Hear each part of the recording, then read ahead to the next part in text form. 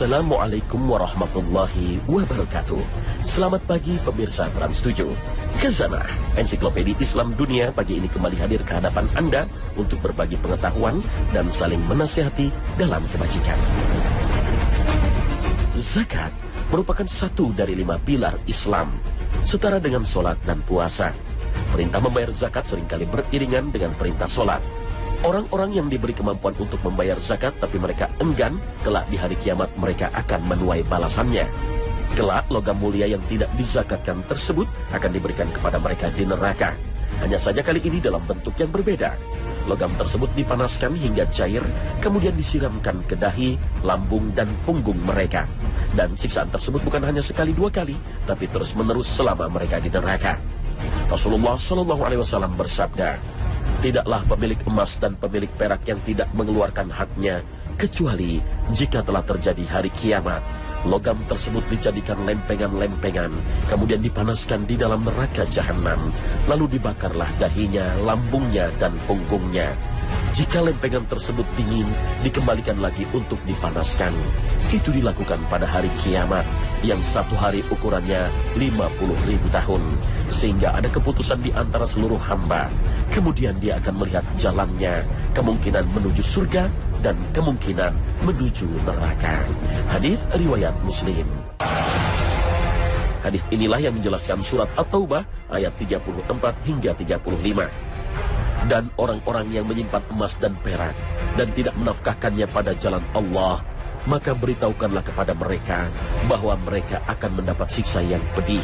Pada hari dipanaskan emas perak itu di dalam neraka jahanam, lalu dibakarnya dahi mereka, lambung dan punggung mereka.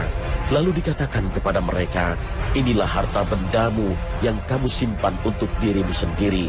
Maka rasakanlah sekarang akibat dari apa yang kamu simpan." Al-Quran Surah At-Taubah ayat 34 hingga 35. Ini hanyalah salah satu bentuk hukuman. Masih ada hukuman lain bagi orang yang tidak mengeluarkan zakat.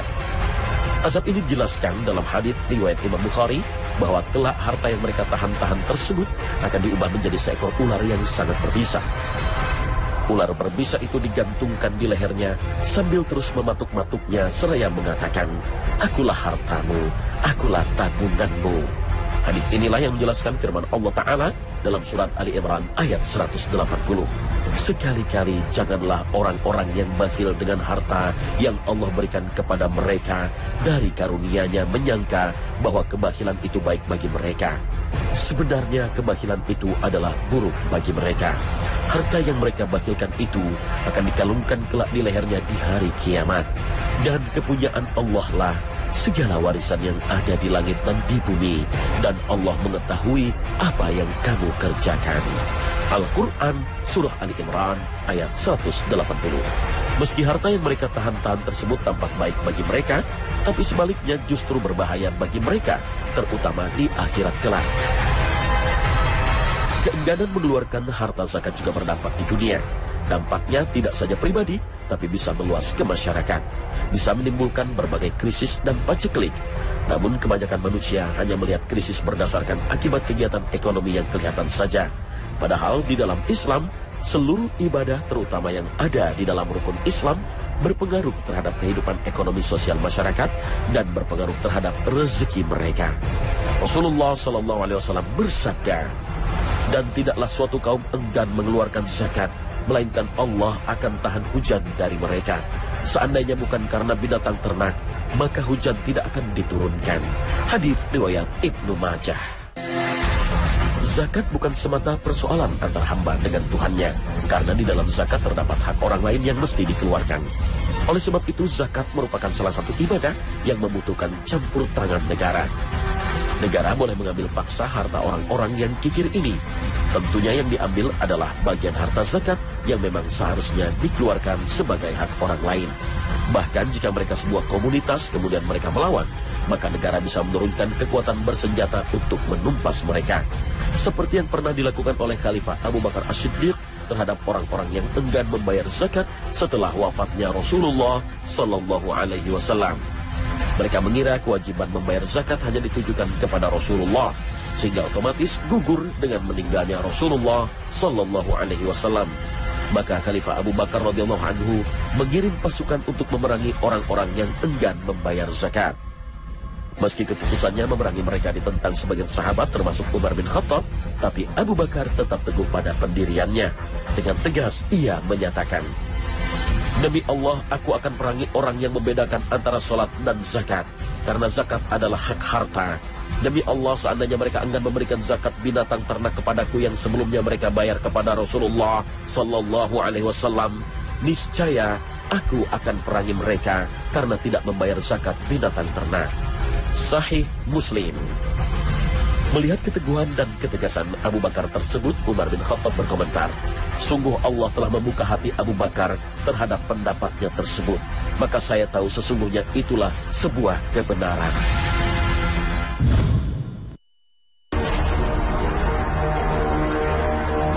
Pemirsa Khazanah, zakat biasanya diurus oleh seseorang, pengumpul, pencatat, dan pendistribusi. Inilah yang disebut dengan amil zakat. Bahkan amil zakat sebagai petugas termasuk salah satu dari 8 golongan yang berhak menerima zakat. Keberadaan amil sebagai penerima zakat menunjukkan pentingnya pengorganisasian dalam urusan zakat. Bagian amil disebut langsung di dalam Al-Quran surat At-Taubah ayat 60. Jadi secara konsep, saham seorang amil tidak akan pernah hilang selama Al-Quran masih terus dibaca dan diamalkan umat Islam. Allah Ta'ala berfirman, "Sesungguhnya zakat-zakat itu hanyalah untuk orang-orang fakir, orang-orang miskin, pengurus-pengurus zakat, para mu'allaf yang dibujuk hatinya untuk memerdekakan budak, orang-orang yang berhutang, untuk jalan Allah, dan untuk mereka yang sedang dalam perjalanan, sebagai suatu ketetapan yang diwajibkan Allah. Dan Allah Maha Mengetahui lagi Maha Bijaksana." Al-Quran Surah At-Taubah ayat 60. Lalu siapa saja yang termasuk amil? Apakah lembaga-lembaga pengumpul zakat yang sekarang banyak bermunculan terhitung sebagai amil? Lalu bagaimana dengan panitia-panitia zakat yang biasa dibentuk di masjid dan musola? Imam Nawawi dalam kitabnya Al-Majmu' menyebutkan pihak-pihak yang boleh diberi sebagai amil zakat yaitu yang mengumpulkan zakat, yang menghitung, yang mencatat, yang menjaga, dan yang mendistribusikan. Menurut Sayyid Sabiq, amil zakat diangkat oleh penguasa atau wakil penguasa untuk bekerja mengumpulkan zakat dari orang-orang kaya. Termasuk amil zakat adalah orang-orang yang bertugas menjaga harta zakat, penggembala hewan ternak zakat, dan juru tulis yang bekerja di kantor amil zakat. Berdasarkan pengertian ini, jelas perlu peran pemerintah sebagai otoritas yang memberikan mandat mengumpulkan dana zakat dari masyarakat. Prinsip inilah yang direkomendasikan Majelis Ulama Indonesia melalui komisi fatwanya, telah mengeluarkan penjelasan tentang amil yang tertuang di dalam Fatwa nomor 8 tahun 2011, bahwa amil adalah seorang atau sekelompok yang diangkat pemerintah untuk mengelola pelaksanaan ibadah zakat, atau kelompok yang dibentuk masyarakat dan disahkan pemerintah untuk mengelola pelaksanaan ibadah zakat. Alhamdulillah, di Indonesia pemerintah berperan cukup aktif dalam pengelolaan zakat. Berbagai undang-undang dan peraturan pemerintah telah disahkan untuk menghasilkan pengelolaan zakat yang tepat guna dan berdaya berikan kepada seorang amil diberikan sesuai dengan pekerjaannya. Seorang amil harus mendapatkan hak yang layak sesuai dengan kinerjanya. Tidak halal zakat bagi orang kaya kecuali 5 orang, yaitu orang yang berperang di jalan Allah atau amil zakat, atau orang yang terlilit hutang, atau seseorang yang membelinya dengan hartanya, atau orang yang memiliki tetangga miskin, kemudian orang miskin tersebut diberi zakat, lalu ia memberikannya kepada orang yang kaya. Hadis riwayat Abu Daud. Beberapa ulama berpendapat jatah amil tidak boleh lebih dari 1/8 dari keseluruhan harta zakat. Di sisi lainnya, hak seorang amil juga harus terpenuhi. Maka jika ada kekurangan, hak amil diambilkan dari bagian penerima zakat lainnya atau dari kas lainnya yang dimiliki oleh pemerintah. Namun yang perlu diperhatikan bahwa amil zakat tidak boleh menerima bagian dari zakat jika ia sudah digaji oleh negara atau lembaga swasta. Jika tidak menerima gaji, ia boleh mendapat upah dari bagian zakat sesuai batas kewajaran. Amil juga tidak boleh menerima atau memberi hadiah untuk muzaki dalam tugasnya, terlebih diambil dari dana zakat. Nabi SAW pernah mempekerjakan seorang laki-laki dari suku Al-Azdi yang bernama Ibnu Lutbiyah sebagai pemungut zakat. Ketika datang dari tugasnya, dia berkata, "Ini untuk kalian sebagai zakat dan ini dihadiahkan untukku." Beliau bersabda, Cobalah dia duduk saja di rumah ayahnya atau ibunya dan menunggu apakah akan ada yang memberikan kepadanya hadiah. Dan demi zat yang jiwaku di tangannya, tidak seorang pun yang mengambil sesuatu dari zakat ini kecuali dia akan datang pada hari kiamat dengan dipikulkan di atas lehernya berupa unta yang berteriak, atau sapi yang melembuh, atau kambing yang mengembik. Kemudian beliau mengangkat tangannya sehingga terlihat oleh kami ketiak beliau yang putih dan berkata, "Ya Allah, bukankah aku sudah sampaikan? Bukankah aku sudah sampaikan sebanyak 3 kali?" Hadis riwayat Bukhari dan Muslim. Di samping larangan menerima hadiah, bonus, tanda terima kasih atau apapun namanya yang terkait dengan tugasnya, hadis tersebut juga menjelaskan bahwa di masa itu amil zakat diangkat dan ditugaskan oleh Rasulullah Sallallahu Alaihi Wasallam. Sebuah athar dari seorang tabi'in yang bernama Ibnu As-Saidi juga menunjukkan hal yang sama. Ibnu Al-Saidi berkata, Umar radhiyallahu an menugaskan kepadaku untuk mengurus harta zakat. Maka tatkala selesai tugasku, beliau memberiku bagian dari harta zakat tersebut. Aku berkata, sesungguhnya aku melakukan semua ini karena Allah Subhanahu wa ta'ala. Umar membalas, ambillah apa yang diberikan sebagai bagianmu. Sesungguhnya aku juga menjadi amil zakat pada masa Rasulullah Sallallahu Alaihi Wasallam. Hadis riwayat Muslim. Dengan demikian jelaslah bahwa syarat agar bisa disebut sebagai amil zakat adalah diangkat dan diberi otoritas oleh penguasa muslim untuk mengambil zakat dan mendistribusikannya. Maka pihak-pihak yang mengumpulkan zakat tanpa adanya otoritas dan mandat dari pemerintah, maka statusnya adalah wakil dari orang yang membayar zakat. Jadi dia tidak berhak mendapatkan zakat dengan jatah amil zakat. Akad wakil pada prinsipnya adalah akad sukarela. Tapi seorang wakil diperbolehkan mendapatkan upah dari pekerjaannya. Hanya saja untuk wakil dari orang yang membayar zakat, maka upahnya tidak boleh diambil dari dana zakat.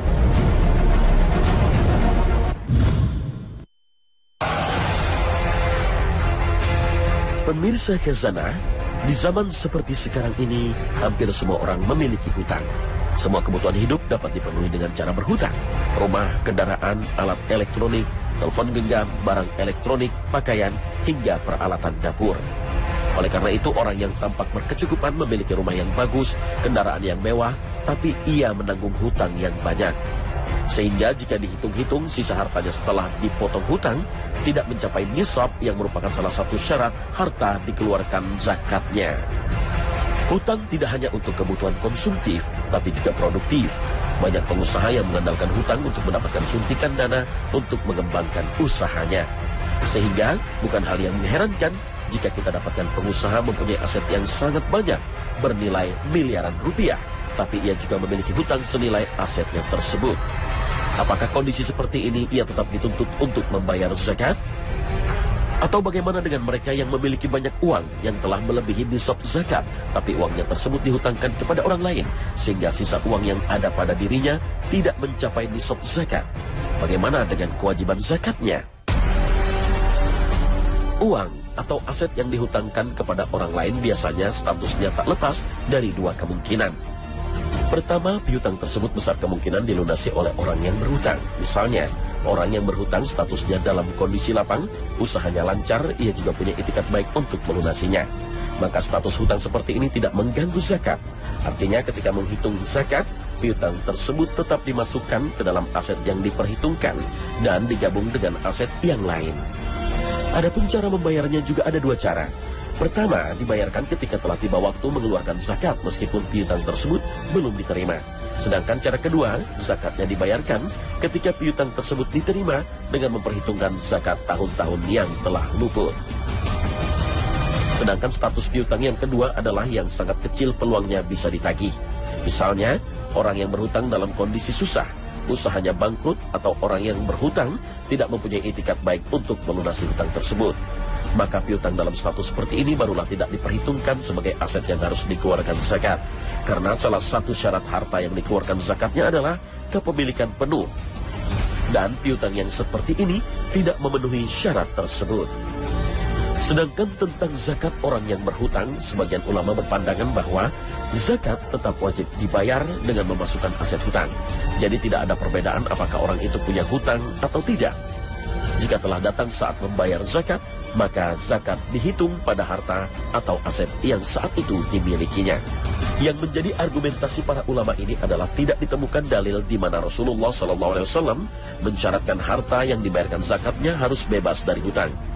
Padahal hutang piutang juga sebuah transaksi yang telah banyak dikenal di masa tersebut.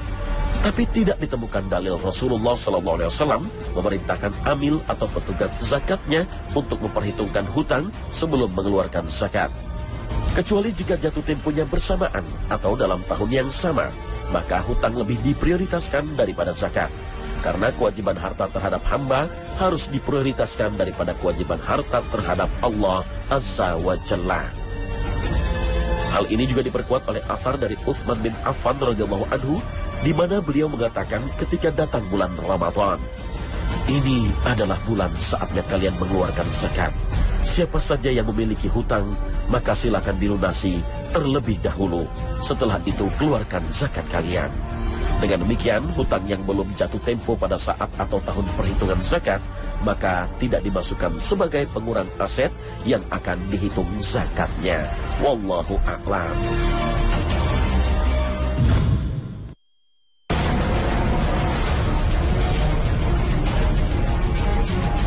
Penerima zakat terbatas pada 8 asnaf atau 8 kelompok, seperti yang disebutkan di dalam surat At-Taubah ayat 60. Para ulama sepakat distribusi zakat tidak boleh keluar dari 8 kelompok tersebut.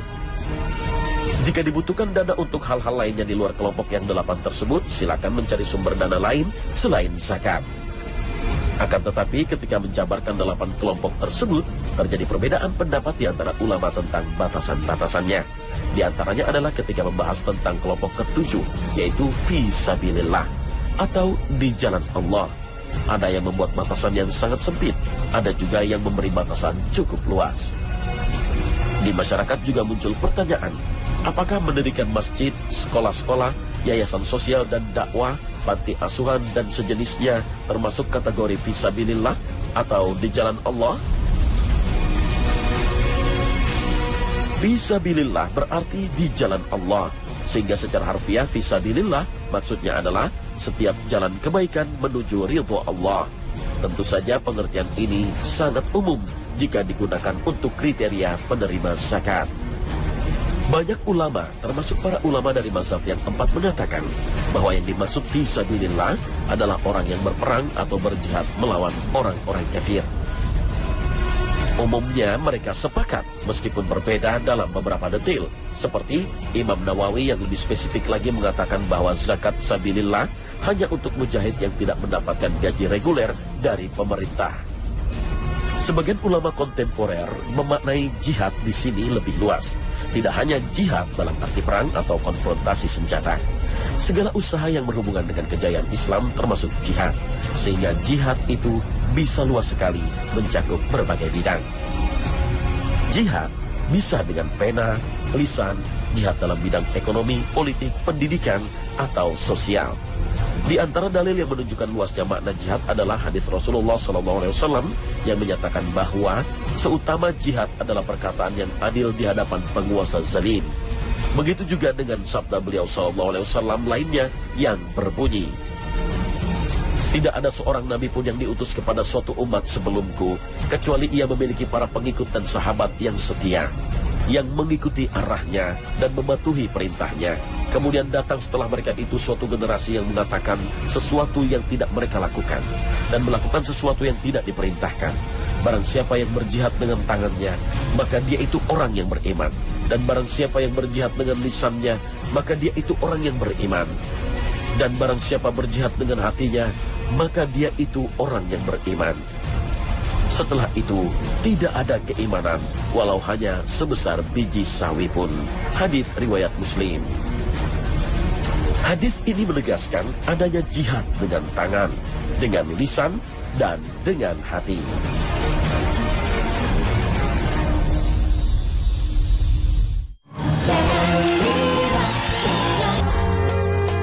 Nabi Muhammad SAW ketika mengutus Mu'az ke Yaman bersabda, dan beritahukan kepada mereka jika Allah mewajibkan zakat yang diambil dari harta orang kaya di antara mereka dan dikembalikan kepada orang fakir di antara mereka.